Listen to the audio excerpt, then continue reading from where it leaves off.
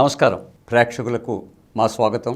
వినియోగదారుల అంశాలు, వారు పడే కష్టాలు ప్రతి ఎపిసోడ్లోనూ ఏదో ఒక రూపంలో మీకు అందిస్తూనే ఉన్నాం. ఈరోజు క్లినిక్స్ అంటే అవేవో వైద్యశాలలు, హెల్త్ కేర్ సెంటర్స్ అని అనుకోవద్దు. ప్రతిదానికి హెల్త్ కేర్ అన్నది ఈ మధ్య జోడించి చెప్తున్నారు, వినియోగదారులు నమ్మేస్తున్నారు. హెల్త్ కేర్ మీద వాళ్ళకున్న క్వాలిఫికేషన్స్ ఏంటో, వాళ్ళు ఏ రకంగా చేస్తే మనిషి శరీరాకృతి మారుతుందో ఇవన్నీ కూడా సైంటిఫిక్గా స్టడీ చేసిన వాళ్ళు ఎవరు కాదు. కొన్ని ఎక్విప్మెంట్స్ కొనుక్కుని ఆ ఎక్విప్మెంట్స్ మాన్యువల్లో రాసినట్టుగా దాన్ని ఎలా ఉపయోగించాలి అనే విధానాన్ని తెలుసుకుని తమ దగ్గరకు వచ్చిన కస్టమర్లని ఆ మ్యానుఫ్యాక్చరర్ ఏ విధంగా అయితే ప్రోత్సహిస్తున్నాడో దాన్ని ఉపయోగించమని ఆ విధంగా ప్రోత్సహిస్తూ వీళ్ళు లాభాలు ఆర్జించుకోవడానికి ప్రయత్నం చేస్తున్నారు.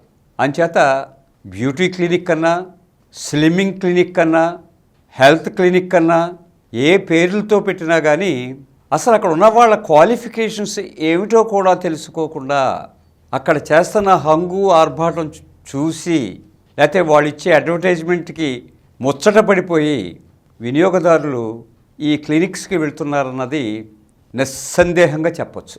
అక్కడ మనల్ని కోచ్ చేసే వాళ్ళు ఎవరు, వాళ్ళ అర్హతలు ఏమిటి, ఇతను చెప్పింది నన్ను వినొచ్చా, ఇటువంటివి ఏవి కూడా ప్రశ్నలు రావడం లేదు. ఇలాంటిదే ఒక ఉదంతం ఈ మధ్య హైదరాబాద్లోని ఒక వినియోగదారుల కమిషన్ ఇచ్చిన తీర్పు ద్వారా బహిర్గతమైంది. గచ్చిబౌలిలో ఇటువంటి క్లినిక్ ఒకటి ఏర్పాటు చేశారు. Slim and cosmetic clinic. అన్నీ కలిసి వచ్చేస్తాయి.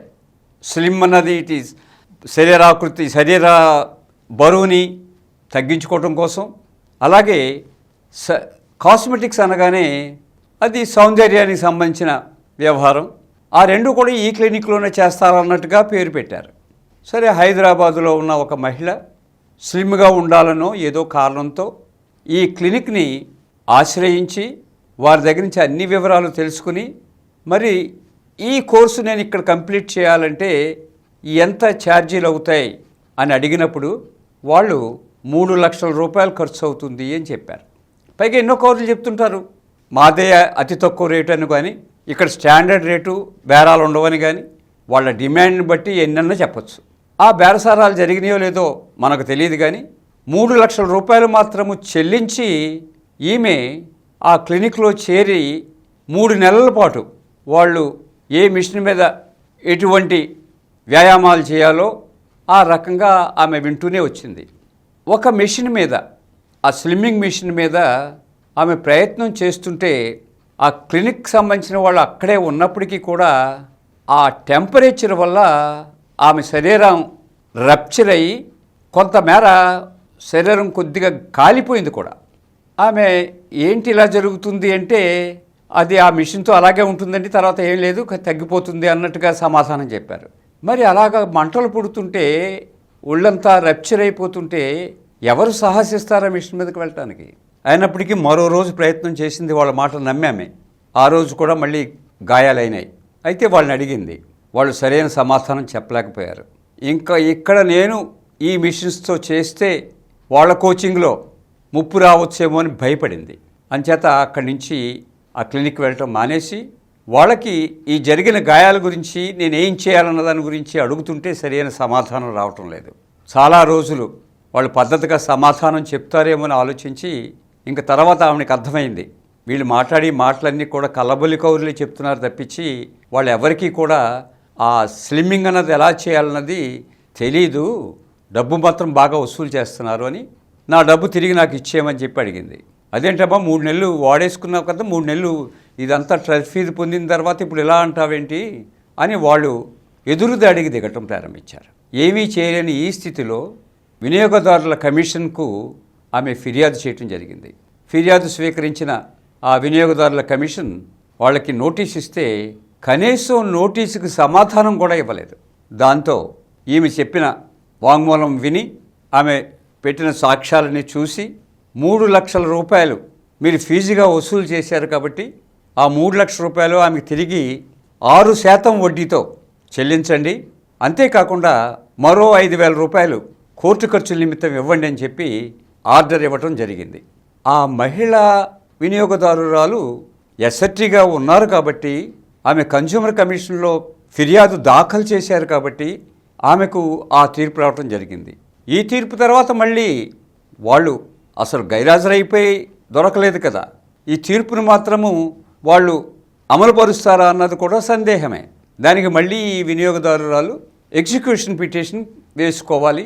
లేకపోతే అలాగా తీర్పును అమలుపరచినందుకు వాళ్ళని శిక్షించమని అడగవచ్చు.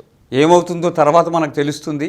ఇప్పటి వరకు తెలిసిన దాన్ని బట్టి మనం అందరం జాగ్రత్త పడాల్సింది ఏంటంటే, ఏదో క్లినిక్ అని శరీర బరువు 10 కేజీలు తగ్గిపోవచ్చని, మీరు ఆరోగ్యంగా ఉండొచ్చని, మా క్లినిక్ రాకపూర్వము వచ్చిన తర్వాతనే 2 ఫోటోలు వేసి మనల్ని భ్రమ పెడుతుంటే మనం వాళ్ళని నమ్మేసి అక్కడ అంతంత డబ్బులు పెట్టుకుని మనం స్లిమ్మింగ్ కోసం ప్రయత్నం చేస్తుంటే డబ్బు వస్తుంది కాబట్టి వాళ్ళు ఇన్నాట్లన్నా ఆడతారు. కానీ వినియోగదారుడి సంగతి ఏమిటి? అందుచేత వినియోగదారులకు మా విజ్ఞప్తి ఏమిటంటే, ఇలాంటి క్లినిక్స్లోకి మీరు వెళ్లే ముందు 1కి 10 సార్లు ఆలోచించుకోండి. అవసరమైతే, ఎందుకంటే బరువు సడన్గా తగ్గినా కూడా ప్రమాదమే. అలాగా మన సినిమా నటీమణి కొంతమంది సినిమా నటులు కూడా అనారోగ్యానికి గురై కొంతమంది చనిపోయారు కూడా ఈ స్లిమ్మింగ్ వల్ల. అదేదో బేరియాటిక్ సర్జరీ అని అదొకటి వచ్చింది. అది క్లినిక్స్ కాదు చేసింది, సాక్షాత్తు వైద్యులే చేశారు. ఎవరికి చేయాలో ఎవరికి చేయకూడదో, అసలు ఆ సర్జరీ చేసే టెక్నిక్స్ ఏంటో అది కూడా గమనించాలి. వైద్యశాస్త్రంలో కొత్తగా వచ్చినన్ని ట్రయల్ అండ్ ఎర్రర్ బేసిస్ మీదే ఉంటాయి. ప్రవేశపెట్టారు కదా అని చెప్పి లేజర్ మెషిన్ వచ్చింది కాబట్టి దాని నుంచి ఆపరేషన్ చేసేయచ్చు అంటే చేస్తుంది. అది చేయగలిగే టెక్నిక్ నీ దగ్గర ఉంటే, మరి అది సరిగా చేతకాని వాడి చేతిలో పెడితే మన కన్ను పోవచ్చు, లేకపోతే మన అవయవంలో ఏదో ఒకటి పోవచ్చు. అంచేత జాగ్రత్తగా పరిశీలించి అనుభవజ్ఞులతో ఎవరితోటైనా సరే సంప్రదించి ఇటువంటి నిర్ణయాలు చేసుకుంటే బాగుంటుందని విజ్ఞప్తి చేస్తూ సెలవు. ఈ కార్యక్రమం మీకు ఎంతో నచ్చింది కదా.